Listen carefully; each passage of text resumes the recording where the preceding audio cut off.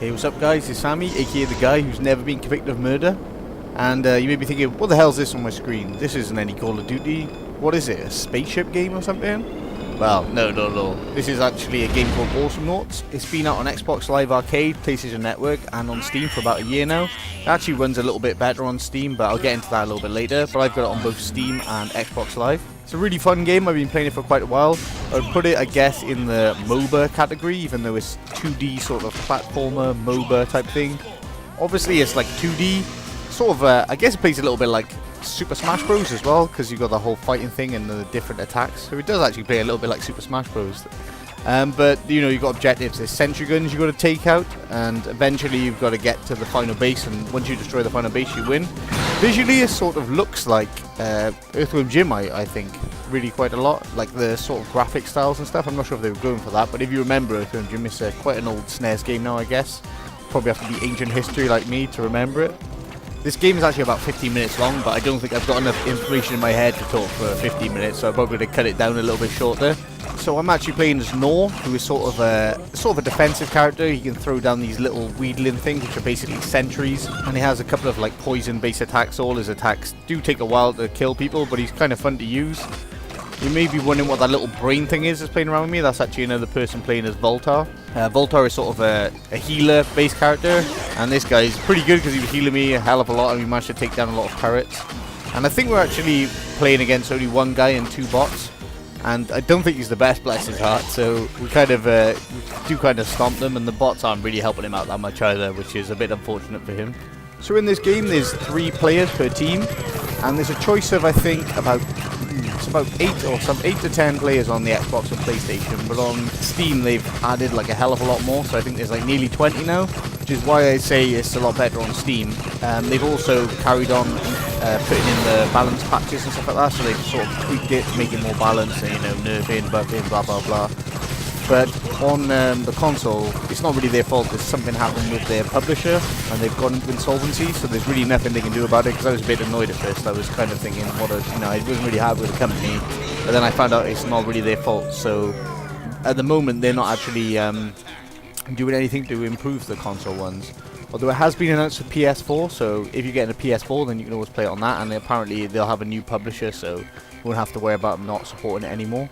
And also, they've actually done a Kickstarter. I'm going to post a link to the video talk about the Kickstarter. It's pretty entertaining to watch as well, anyway.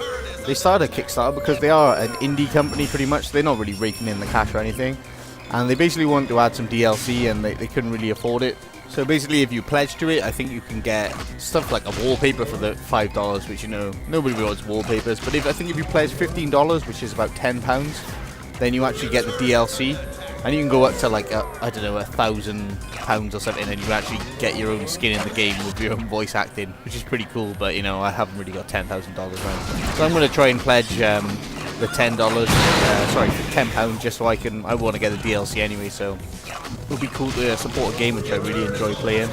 They've actually reached their first goal of, I think, $125,000, but the more they raise and the more they can add to the game. They actually are going to get some money, but the more, basically they can add more features like extra characters and extra stuff like that as it goes along. Yeah, I just really love the way this game looks, and the sounds is like a lot of stuff that they say is like pretty funny. I think Leon, he's like a sort of chameleon who just says, he's like a French accent, he's like, oh, Leon. So it's got a lot of character in this game, and that's part of its charm, I think. But it also plays really well. You know, it's all like kind of jokey and stuff, but it plays like a solid MOBA. So it's definitely not a cheap game, and a lot of thought's gone into it. As I've said before, you know, the balancing and tweaking, they really want it to. I think they really want this game to get quite big, and to be honest, I really think it has got what it takes to, you know, be a really awesome game and compete with all the big guys, you know, like League of Legends and stuff. Because I played a little bit of League of Legends, but I'm absolutely terrible at it. I'm not that awesome at this game, but I kind of know what I'm doing, you know. If anyone's actually interested, I actually have a couple of DRM free versions of this. I think I got 2 or 3. I think I gave someone, because it was a Humble Bundle a while ago, and I actually bought this as part of the Humble Bundle with some other games. And I thought, oh, I'll buy a couple more in case some of my friends want to play. But I didn't realize you had to spend over like 99 cents for to get the Steam passes for it. So these ones you can only play offline against bots. But if you if you want to have a go of it and see what it's like, maybe want to test it out, then just post a comment below and just say you'd like to try it out. I'm not going to bother doing a giveaway or anything because it's not really a full game really. But also, if you actually played this game, then you can add me on Steam. My tag thing, or whatever it's called on Steam, is Simon the Dude, as it always is.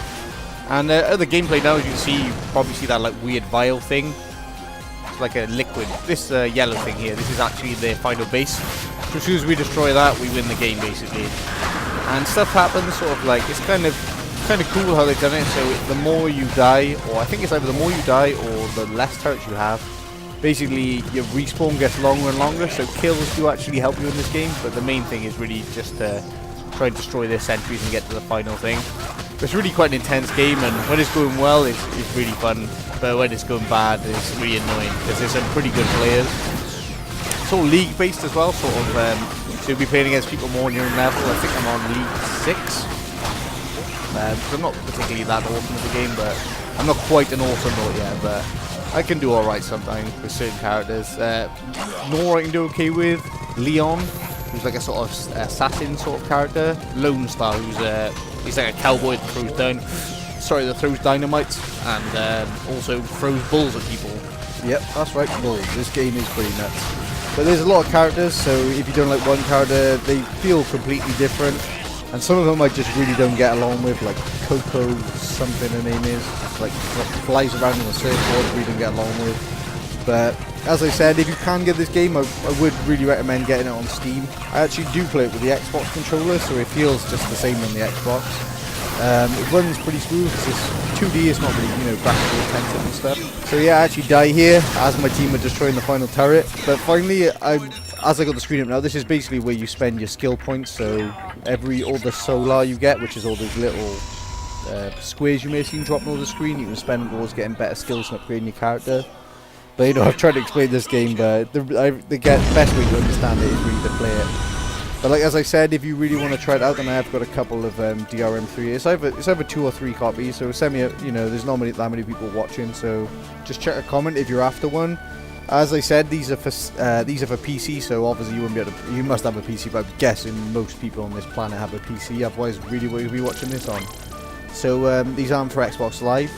But yeah, if you do get it on Steam, definitely. I wouldn't bother with the Xbox One now. It's still good. I still play the Xbox One sometimes, but to be honest, the PC one is so much better. It's really not worthwhile getting, and I think it's cheaper on Steam. If you have a look around on eBay and certain things, I think you can get a code for about £3, I believe I saw it for. So yeah, guys, hope this has been interesting for you, and if you do get it, then as I said, feel free to add me up on Steam so we can have a bash. And I hope you enjoyed the video. Thank you. Bye bye now. Bye bye.